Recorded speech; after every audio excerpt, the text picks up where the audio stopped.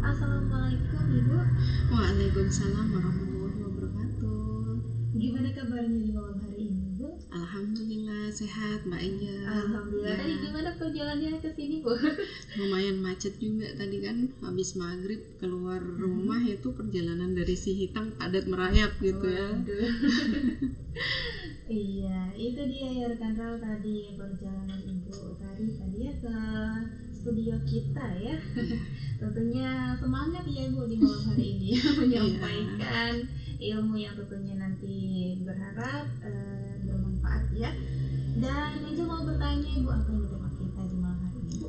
Oke, kita akan bahas tentang Islamic Social Entrepreneurship gitu ya. Kalau misalnya bahasa Indonesianya sih biasanya diartikan dengan kewirausahaan sosial Islami gitu atau Islam gitu ya. Oke, itu dia rekan tema kita di malam hari ini tentang Islamic Social Entrepreneurship atau kewirausahaan sosial Islam. Iya, tentunya untuk rekan Rau yang ingin bertanya bisa langsung melalui via chat WhatsApp ataupun SMS, atau bisa langsung ke live Instagram kita dan juga Facebook kita di @rawfm Padang Sidimpuan. Rekan Rau bisa langsung bertanya di kolom komentar yang sudah tersedia ya. Jadi mungkin bisa langsung disimak bersama ya materi kita hari ini atau malam hari ini. Oke, buatnya Ibu Utari, Angel mau bertanya dulu, kira-kira kenapa sih mengangkat tema kita di malam hari ini? Oke, nah kalau sekarang ini ya Mbak Angel ya, kita kan kalau kita bicara tentang Islamic Social Entrepreneurship atau kewirausahaan sosial Islam itu kan terma atau istilah baru ya, yang dulu itu belum banyak diperbincangkan. Nah kalau dulu itu kita bicara kewirausahaan gitu ya. Nah kewirausahaan itu sudah dibahas dari Indonesia belum merdeka, itu di negara barat sana sudah dibahas gitu ya.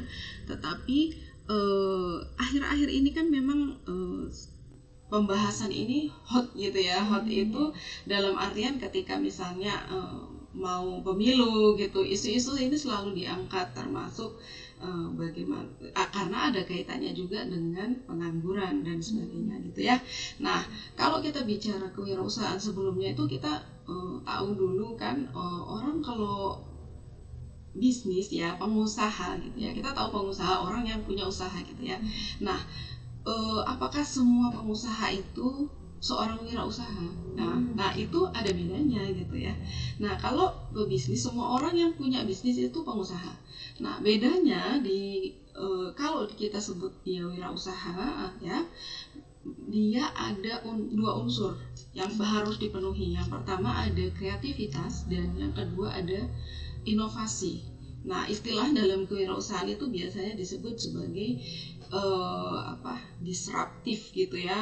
Ya jadi ada inovatif, disruptif, yang memang inovasi tersebut itu biasanya bisa mengubah pasar yang sudah ada gitu. Misalnya ada yang tadinya trennya sesuatu, misalnya dari perpindahan dari misalnya teknologi telepon ke teknologi handphone, nah itu kan ada inovasi di situ. Nah itu kerjanya orang wirausaha gitu ya, ada inovasi di situ. Maka yang tadinya telepon umum dan sebagainya itu bisa bisnisnya wartel gitu ya, itu kan bisnis wartel akan terdisrupsi gitu, artinya akan hancur dulu gitu ya. Kemudian muncul bisnis yang basicnya adalah handphone kayak gitu. Jadi ada yang dikorbankan dari adanya inovasi itu. Tetapi tentu saja sesuatu yang dikorbankan itu kalau kita lihat ya, diukur itu biasanya lebih kecil dibandingkan apa yang akan didapat dari inovasi itu gitu. Artinya kayak misalnya sekarang kita lihat gitu ya, memang bisnis tadi kayak telepon umum, wartel dan sebagainya itu awal-awal kan memang mereka mengeluh dan sebagainya, tetapi mereka ketika memang pengusahanya adalah seorang entrepreneur, mereka berinovasi juga gitu, beradaptasi dengan perubahan tersebut gitu. Nah itu dari sisi kewirausahaan. Karena kalau kita bicara kewirausahaan sosial Islam itu berangkatnya dari situ, dari sisi kewirausahaan tadi. Ada 2 unsur, yang pertama kreativitas dan yang kedua adalah inovasi. Kalau implementasinya itu bagaimana? Oke, nah implementasi dari kewirausahaan ini kita sudah bahas kewirausahaan sosial atau masih kewirausahaan? Langsung aja ke Oke. Kita bicara dulu terkait dengan kewirausahaan sosial ya. Kalau kita tadi bicara kewirausahaan saja, nah maka kewirausahaan saja itu basicnya adalah sama dengan usaha atau bisnis ya. Tujuannya tentu saja untuk meraih keuntungan gitu ya. Nah, bedanya adalah ketika kita bicara kewirausahaan sosial, maka keuntungan itu bukan yang utama, tetapi tetap bisnis tersebut ingin mendapat untung, tetapi keuntungan bukan yang utama. Nah, itu konsepnya. Nah, apa sih yang utama? Yang utama adalah menciptakan dampak sosial yang positif dan berkelanjutan. Itu kuncinya yang membedakan kewirausahaan biasa dengan kewirausahaan sosial gitu. Nah, kalau kita bicara tentang implikasinya gitu ya, sebelum itu tadi kan ada 2 unsur, misalnya tujuan dari kewirausahaan sosial ya. Nah, tujuannya tadi kan lebih banyak ke mencari dampak sosial gitu ya, dampak sosialnya yang lebih tinggi. Nah, ini artinya kewirausahaan yang dilakukan ini memecahkan masalah-masalah sosial, seperti selain masalah sosial juga masalah ekonomi, kemudian ada yang masalah lingkungan, atau yang masalah-masalah sosial yang dihadapi oleh suatu masyarakat atau suatu kelompok tertentu gitu. Nah, misalnya apa sih masalah sosial tersebut? Adanya kemiskinan, kemudian akses pendidikan yang tidak merata, kemudian adanya isu ketidaksetaraan gender. Kalau sekarang itu hot juga ya perubahan iklim, yang mana kalau di Sidimpuan itu kerasa sekali bedanya gitu. Semakin lama mungkin waktu Angel kecil itu kan lebih sejuk ya. Nah, sekarang kan udah kerasa lebih panas dibandingkan. Itu ada efek perubahan iklim juga gitu. Kemudian akses terhadap pelayanan kesehatan yang tidak semua orang bisa akses dengan baik. Gitu. Itu salah satu tujuannya ke sana gitu, memecahkan masalah-masalah sosial. Nah, selain tujuannya adalah memecahkan masalah sosial, kewirausahaan sosial tetap berbasis bisnis gitu ya, dari berbasis usaha. Nah, maka model bisnisnya akan berbeda dengan kewirausahaan yang biasa gitu ya. Nah, model bisnisnya itu biasanya model-model bisnis yang berkelanjutan. Nah, model bisnis berkelanjutan itu maksudnya apa? Usahanya tersebut dirancang untuk menghasilkan pendapatan yang cukup untuk biaya operasional dan mendukung pertumbuhan sehingga tidak sepenuhnya bergantung pada donasi. Nah, kalau kita bicara sosial itu kan biasanya basisnya donasi. Beberapa gerakan gitu kalau di Sidimpuan itu kan basicnya adalah donasi, bukan bisnis ya. Nah, kalau itu berbeda dengan kewirausahaan sosial. Kalau kewirausahaan sosial ada bisnisnya. Nah, kalau basicnya donasi, maka itu larinya ke filantropis gitu, bukan wirausaha gitu ya. Jadi tetap ada model bisnisnya, meskipun model bisnis tadi orientasinya adalah bukan untung nomor 1, tetapi ada manfaat untuk sosial, kemudian keberlanjutan juga, itu nomor 2. Kemudian apakah kemudian kewirausahaan sosial tuh nggak mencari untung? Ya, mencari untung juga, tetapi untungnya digunakan untuk sesuatu yang memiliki dampak sosial yang lebih baik, yang lebih besar gitu ya. Kemudian mengukur dampak sosialnya gimana sih? Kita melihat apakah kewirausahaan sosial itu udah berhasil atau belum gitu. Cara mengukurnya gimana gitu. Kita bisa melihat keberhasilan ini dari sisi misalnya jumlah orang yang terbantu dari adanya bisnis kewirausahaan sosial tersebut. Kemudian perubahan dari kualitas hidup masyarakat yang misalnya tadinya masalah tadi kan masalah sosial salah satunya adalah sosial dan lingkungan tuh salah satunya adalah sampah. Nah, misalnya ada kemudian wirausaha sosial yang memanfaatkan ini, kita langsung kemudian sambung ke implikasi ya atau penerapannya. Nah, salah satu penerapannya adalah di sisi lingkungan tadi kayak misalnya sampah. Angel mungkin tahu di daerah Tapsel ini ada bengkel sampah ya, udah terkenal itu kan. Nah itu kan salah satu yang kita bisa sebut sebagai wirausaha sosial, karena dia basicnya bukan donasi, bukan bergerak dari sisi mengumpulkan donasi saja, tetapi ada bisnisnya gitu. Nah kita sebut bengkel sampah itu bisa kita sebut sebagai wirausaha sosial atau socialpreneur gitu ya, pelakunya itu sebagai socialpreneur.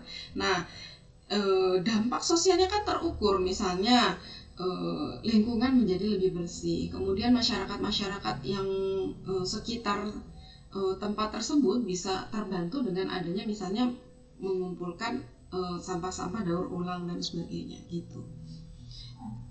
Ya, kalau contoh nyatanya kan itu ya yang bisa kita lihat di Sidimpuan.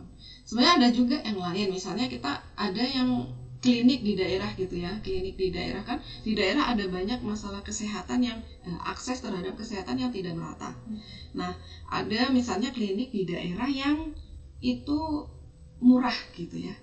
Nah, kalau di daerah di Jawa mungkin ya, di Jawa itu ada misalnya klinik-klinik yang dioperasikan oleh Muhammadiyah gitu ya. Nah kalau di sini sih saya belum melihat ya, tapi mungkin kalau salah mungkin bisa nanti kita cross check sama-sama. Nah, kalau di Jawa itu sudah umum sekali. Nah salah satunya amal usaha itu ya adalah contoh dari socialpreneur gitu atau kewirausahaan sosial yang berbasis Islam. Kalau tadi kalau bengkel sampah itu belum membawa Islaminya ya, tapi kalau kayak klinik Muhammadiyah tadi itu sudah membawa Islamnya gitu.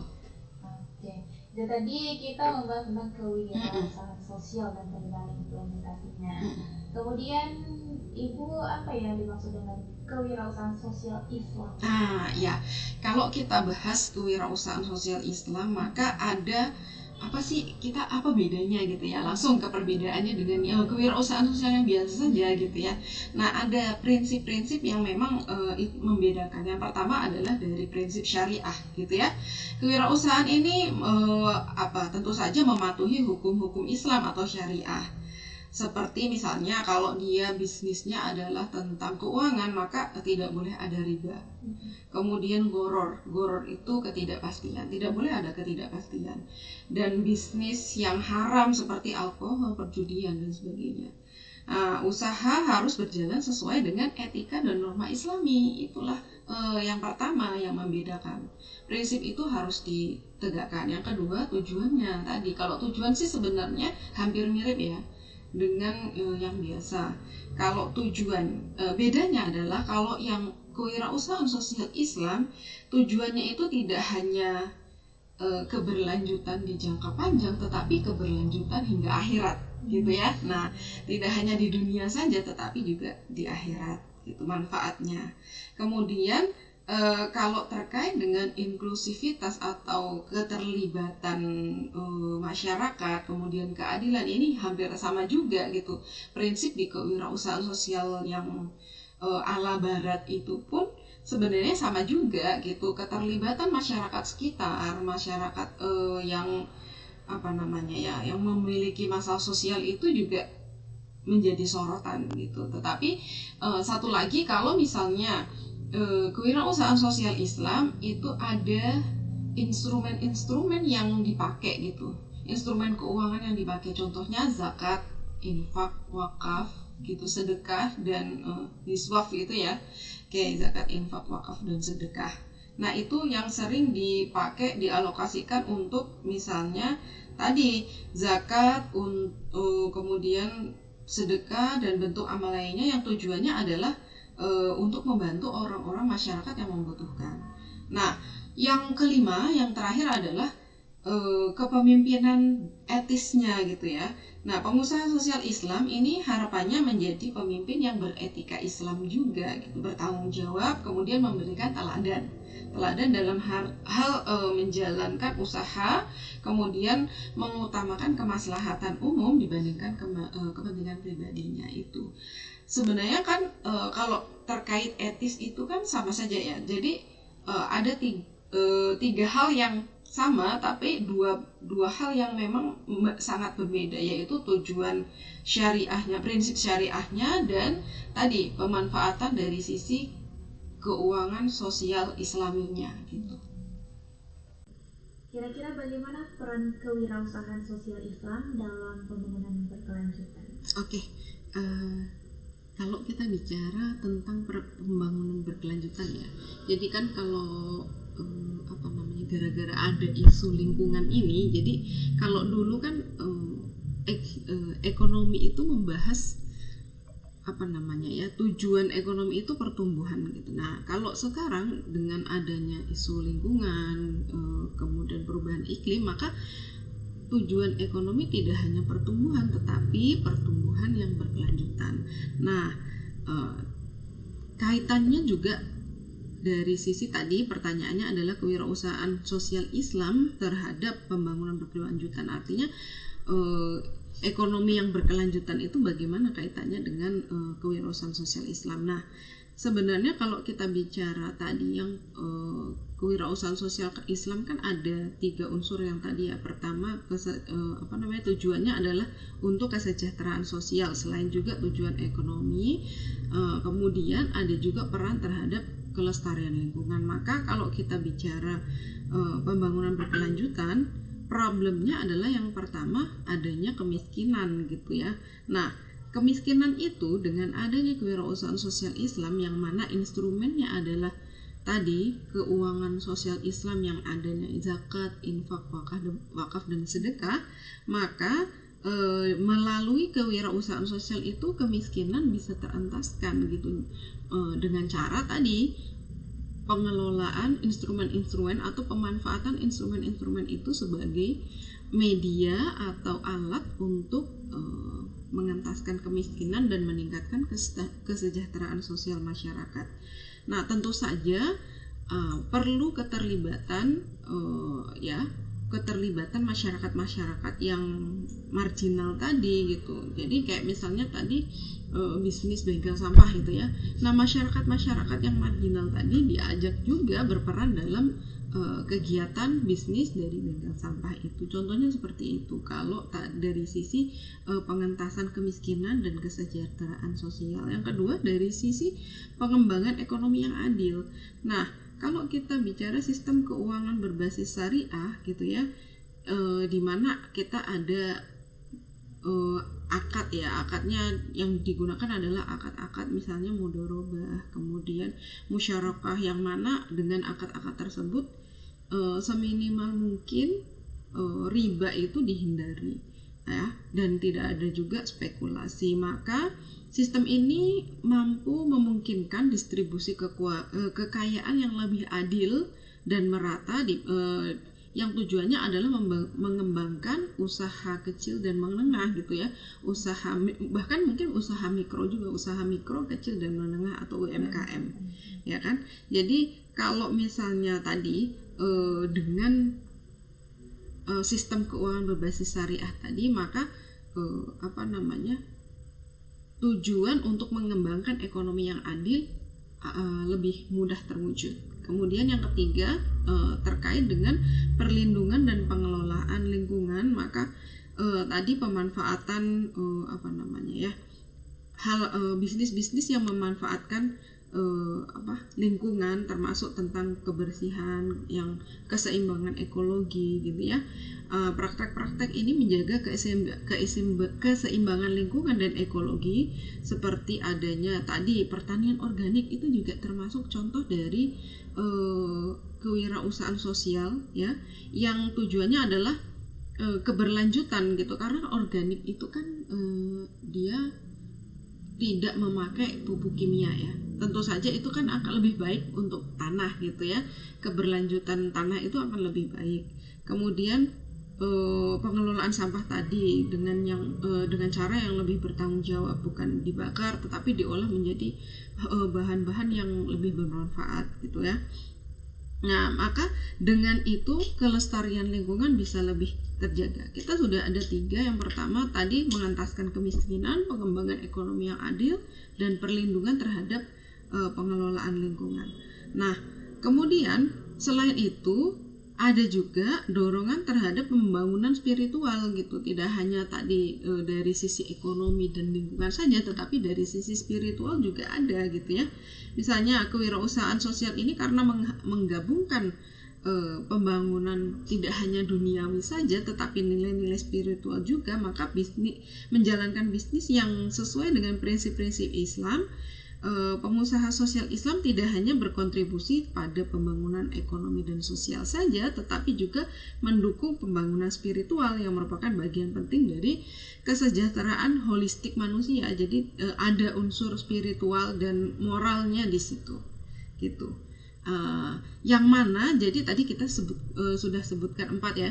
Dari 4 hal itu tentu saja kalau kita bicara tentang pembangunan berkelanjutan yang dicetuskan oleh PBB gitu ya, di PBB itu mencetuskan yang namanya Sustainable Development Goals ya, atau tujuan pembangunan sosial berkelanjutan. Maka 4 hal itu sudah memenuhi apa yang dicanangkan oleh PBB. Yang pertama adalah pengentasan kemiskinan, kemudian yang kedua kesehatan yang baik dan kesejahteraan melalui tadi contohnya adalah adanya klinik yang murah, terjangkau gitu ya, kemudian pendidikan yang berkualitas, kesetaraan gender, energi bersih dan terjangkau, pekerjaan layak dan pertumbuhan ekonomi. Ini tadi ada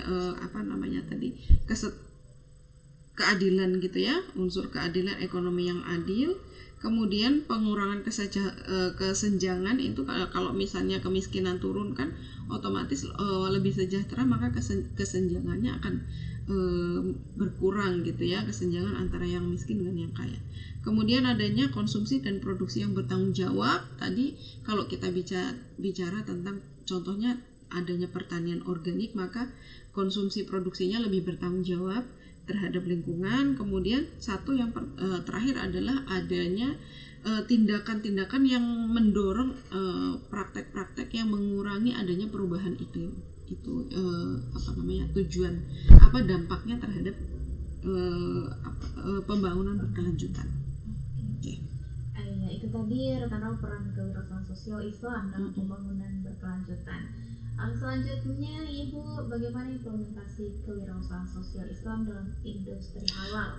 Oke. Kalau industri halal ini juga termasuk yang hot issue ya, isu-isu yang hot gitu ya. Karena sekarang itu dengan adanya beberapa kebijakan pemerintah yang mendorong labelisasi halal gitu ya, memudahkan adanya pengurusan label halal dan sebagainya, maka muncul sektor-sektor industri halal yang contohnya adalah industri makanan halal, kosmetik halal, keuangan syariah, pariwisata halal, fashion gitu ya, industri fashion halal gitu ya, yang mana ini mendorong atau memunculkan peluang bagi para pengusaha atau wirausahawan sosial yang bergerak dalam bidang islami gitu ya, atau industri halal itu kan termasuk industri-industri yang islami. Nah, contohnya adalah untuk produksi makanan dan minuman halal, tetapi tidak hanya halal saja tetapi juga berkelanjutan gitu ya. Karena tadi kita kalau misalnya bicara industri halal saja bisa jadi kita meninggalkan unsur keberlanjutannya, tetapi ketika kita sandingkan dengan kewirausahaan sosial Islam, maka kita peran bisnisnya itu tidak hanya dalam bisnis berkecimpung dalam industri halal saja, tetapi juga halal yang berkelanjutan gitu ya. Oke, yang kedua, keuangan syariah itu tadi kan kita bicara keuangan syariah. Nah, ini juga mendukung industri halal gitu kan, dari sisi pembiayaan dan sebagainya gitu ya. Nah, kemudian adanya kemudahan-kemudahan dalam keuangan syariah ini membuat pembiayaan mikro atau untuk UMKM halal ini lebih mudah, aksesnya lebih mudah gitu ya. Nah, yang ketiga adalah pemberdayaan perempuan dalam industri halal. Nah, ini kan kalau kita mungkin kenapa sih kita angkat pemberdayaan perempuan? Padahal kalau kita lihat di masyarakat sebenarnya perempuan itu sudah berdaya ya. Sudah berdaya, karena kalau kita lihat pebisnis pengusaha di pasar itu lebih banyak perempuan gitu lah. Kemudian warung-warung di sekitar lingkungan kita itu lebih banyak pengusahanya adalah perempuan gitu ya. Kalau kita konteks Sidimpuan mungkin perempuan lebih berdaya gitu, tetapi mungkin di daerah lain gitu atau di pelosok negeri yang mana itu isu-isu tentang pemberdayaan perempuan itu menjadi topik yang hangat karena perempuan belum berdaya gitu di tempat lain gitu. Tapi syukurnya di sini kita perempuan sudah berdaya, terutama di sisi ekonomi gitu, karena pelaku bisnis perempuan itu sudah banyak, apalagi pelaku bisnis yang berkecimpung dalam industri halal. Contohnya misalnya catering. Nah, itu kan catering itu kan sekarang sudah tersertifikasi halal tuh di Sidimpuan sudah ada beberapa catering yang saya notice ya, yang saya lihat itu mereka sudah oh ini catering kami sudah mendapat sertifikat halal. Nah, itu juga perempuan juga gitu loh. Artinya kalau dari sisi pemberdayaan perempuan itu ya pas sekali gitu dalam pemberdayaan perempuan dalam hal industri halal gitu ya. Oke, kemudian pengembangan pariwisata halal yang berkelanjutan. Nah, beberapa riset gitu teman-teman di UIN Syahada itu kayak misalnya adanya tempat-tempat wisata yang memang didorong untuk ramah muslim, karena kan kalau kita bicara konteks Sumatera Utara terutama Sidimpuan itu wisatawannya kan lebih banyak yang muslim ya, lebih banyak yang muslim karena kita di sini mayoritas muslim, maka tempat-tempat wisata juga didorong untuk menjadi wisata halal lah istilahnya. Tetapi sebenarnya bukan wisata halal dalam hal kita pakai pariwisata kemudian pakai label halal, enggak, tetapi pariwisata yang memang ramah oleh muslim gitu, makanannya halal, kemudian tempatnya bersih, nyaman, ada tempat wudhu, tempat ibadahnya juga nyaman dan bersih. Itu juga yang kita sebut sebagai pariwisata yang ramah muslim gitu. Nah, ini juga penting juga gitu ya, kalau pelakunya juga harus punya sisi kewirausahaan Islam tadi gitu. Kalau tidak, kalau dia hanya pelaku bisnis dan berwirausaha secara konvensional saja, maka tadi unsur-unsur mereka tidak akan kepikiran gitu, misalnya sekedar ada tempat sholat gitu ya, tidak memikirkan apakah ini tempat sholatnya bersih atau tidak memikirkan apakah tempat wisata ini akan merusak lingkungan atau tidak, kayak gitu ya. Jadi itu penting gitu. Maka orang pelaku bisnis ya harus punya sisi kewirausahaan sosial Islam tadi. Oke, kemudian tadi pendidikan pelatihan, ini tadi kan wisata, makanan gitu kan, pendidikan pelatihan. Nah, pendidikan pelatihan ini misalnya tidak hanya dari sisi produsennya saja, tetapi konsumennya juga diedukasi gitu ya. Nah, diedukasinya dengan apa? Karena kan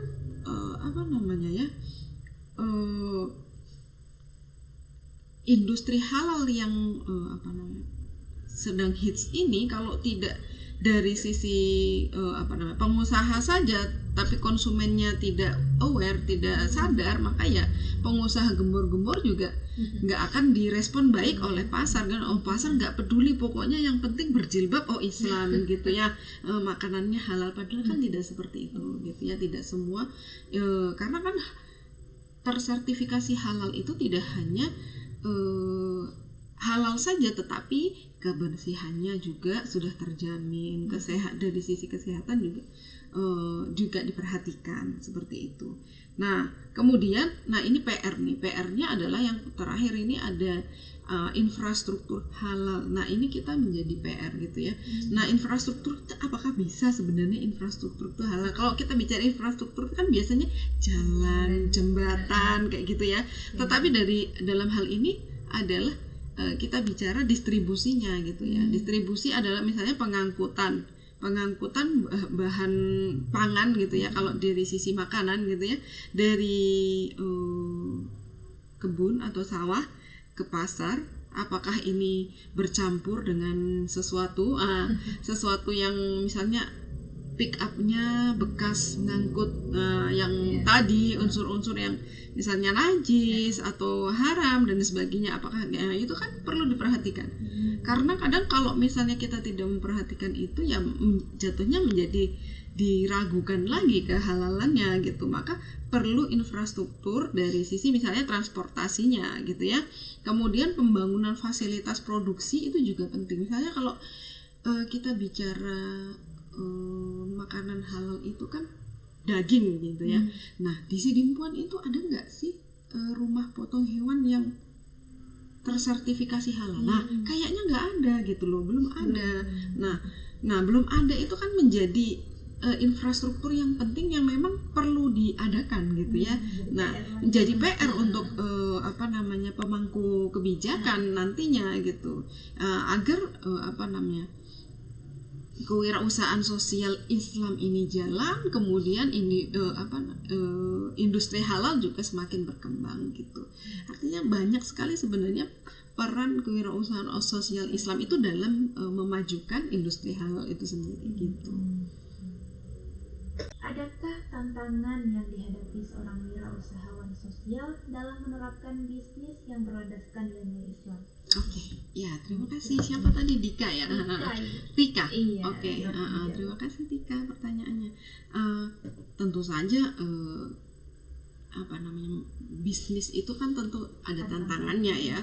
Apalagi ini sesuatu yang tujuannya tidak hanya murni untuk keuntungan saja, tetapi juga ada unsur sosial, kemudian harus sesuai dengan nilai-nilai Islam, kemudian juga harus sesuai kita ada unsur kepemimpinan, apalagi kalau sebagai pengusahanya ya kita unsur etisnya juga harus ada gitu loh. Etika Islam itu harus dijunjung oleh pengusaha yang melakukan kewirausahaan sosial Islam.